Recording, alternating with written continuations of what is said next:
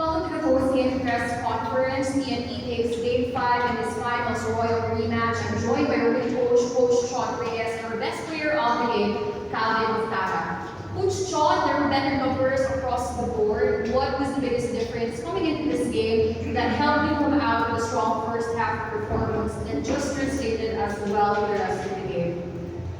First of all, we just had to keep our heads around us and not panic.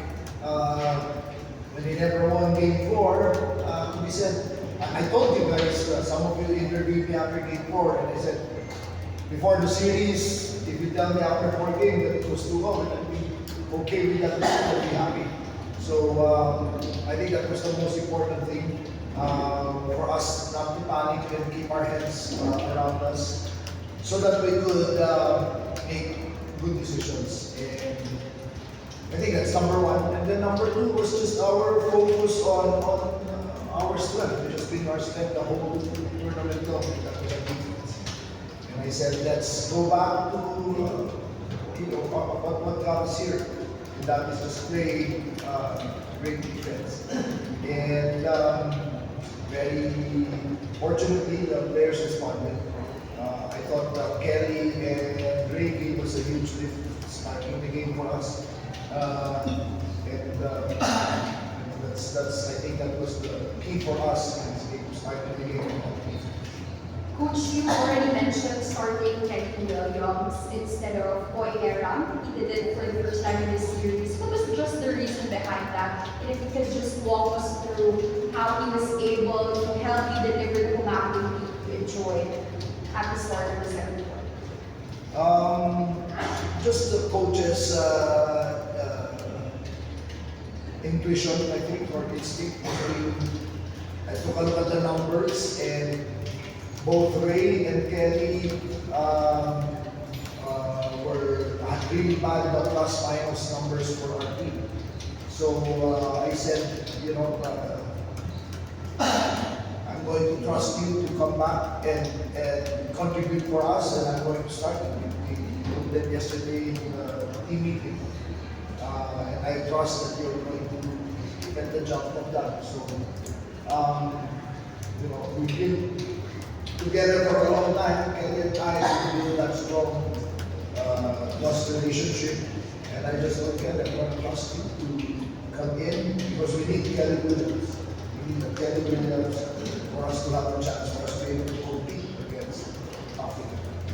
Thank you, Coach Chot. Now, Calvin, during the first 3 games, we challenged to deliver the usual numbers and your usual averages. But this increase in games 4 and 5, ano sa tingin mo yung naging rason for that type of success back in part of the series? Siguro sa mga yung pakiramdam ko kaya nag-ganun. Parang tuloy-tuloy ko na ito ng game 7. Sige. Wala na boses. Pero yun yan, siguro instinct. I know my capability. Nagtatrabaho ko araw-araw sa training. On and off the board, kita nila o hindi kita nila. Tinatrabaho ko yung offense ko. And just thankful na may mga backup ako. I have my coaches, I have my teammates na talagang sumusuporta sa atin. Kaya siguro ganun yung instinct of like myself na gusto ko manalo. Ganun yung nangyari. Medyo magpapatuloy pa ang ating serye, but looking forward, ano ba yung nakikita mo kailangan pagtrabahuhan para patuloy na makuha ang abante kontra sa Ginebra? I think yun nga yung kuha namin sa this conference na tarang depensa. Hindi yun lang dun. Kung gaano kadini yung luplihin pa, yun yung parang maging way namin para makakuha yung championship.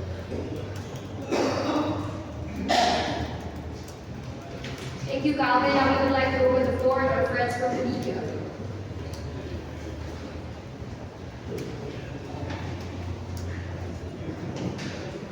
Also, congratulations on getting back in the series.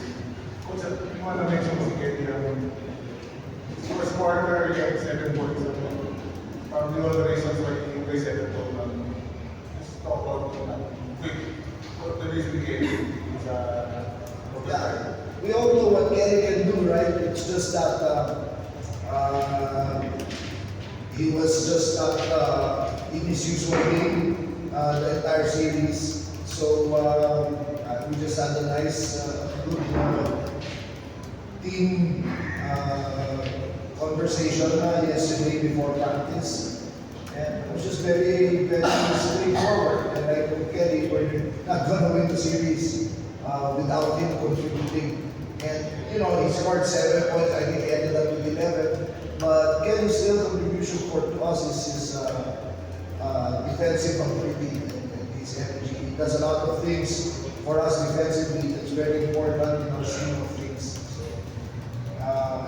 we hope we can sustain it some more for the rest of the season. Probably after game 4, frustrated ka, ako din use this break para mag-refocus na yun. So, na-test mo ba kay Coach Chot yung kasi medyo mo nga una sa practice ng second half. Talk about Yung frustration kasi during game yan eh. Lalo na pag yung gaano ka-intense yung laro. I think every players naman have those times na talaga mga-frustrate ka. Pero after that, you can see me smile outside. Wala yun. Ang maganda lang kasi doon is we look forward to the next game. Kung ano nangyari sa during the game, learn from it. Watch the game, kung ano yung mali, bakit lang ganun nangyari. And we talk about it, we have a team meeting yesterday, so I think that's enough. I literally asked him, how can I help you? Bakit nga ka nagkakaroon? So, how we can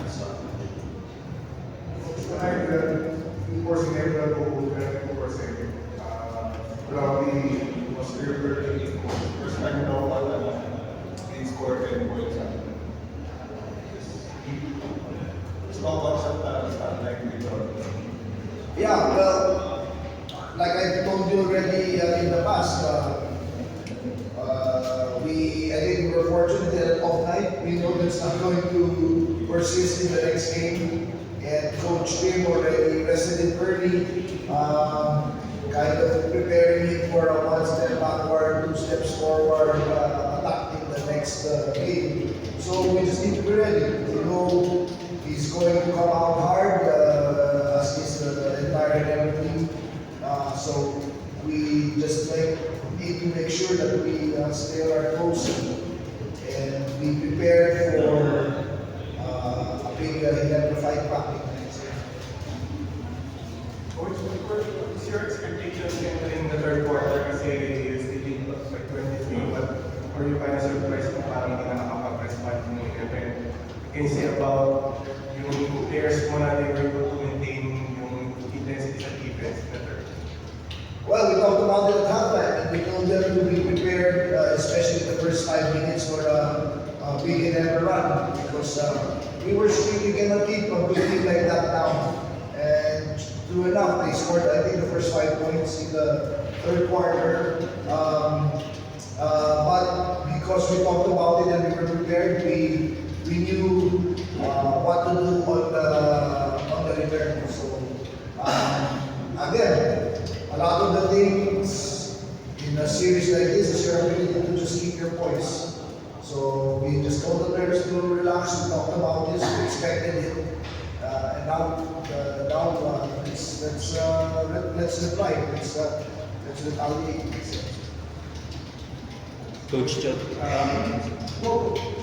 obviously po, close-out games are very tough. Pero heading into Game 6, ano lang po yung magiging mindset ng team and yung magiging message niyo sa players? Yeah, at this point in the series, there's very little each each of the teams can do na bago eh. Diba? It's just a matter of being able to play harder, play better, execute more efficiently. So we have to be ready. For sure, Ginebra is going to come out with a lot more urgency. And we have to be able to match that. If not, out-energize them. Because, we are not underestimating the team by any means. Not by the wrong shot. So,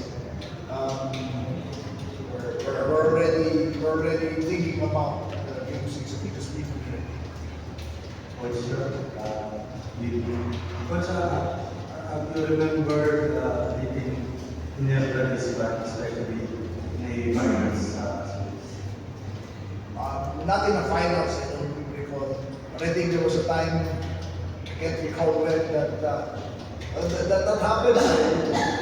Yung basketball, ganun eh. Pagka pareho kayong on, then tigtigan kayo. Pero pag nagkakag-isa on, yung isa off, this will happen. And it happens not only here, in the NBA, in all other tournaments. Ganun talaga. So, it so happened tonight was our turn.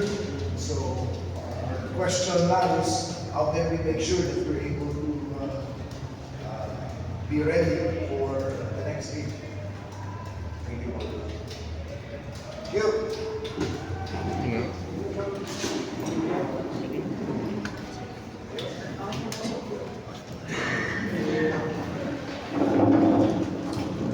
Thank you for watching. Click the subscribe button and ring the bell to be notified with our latest videos.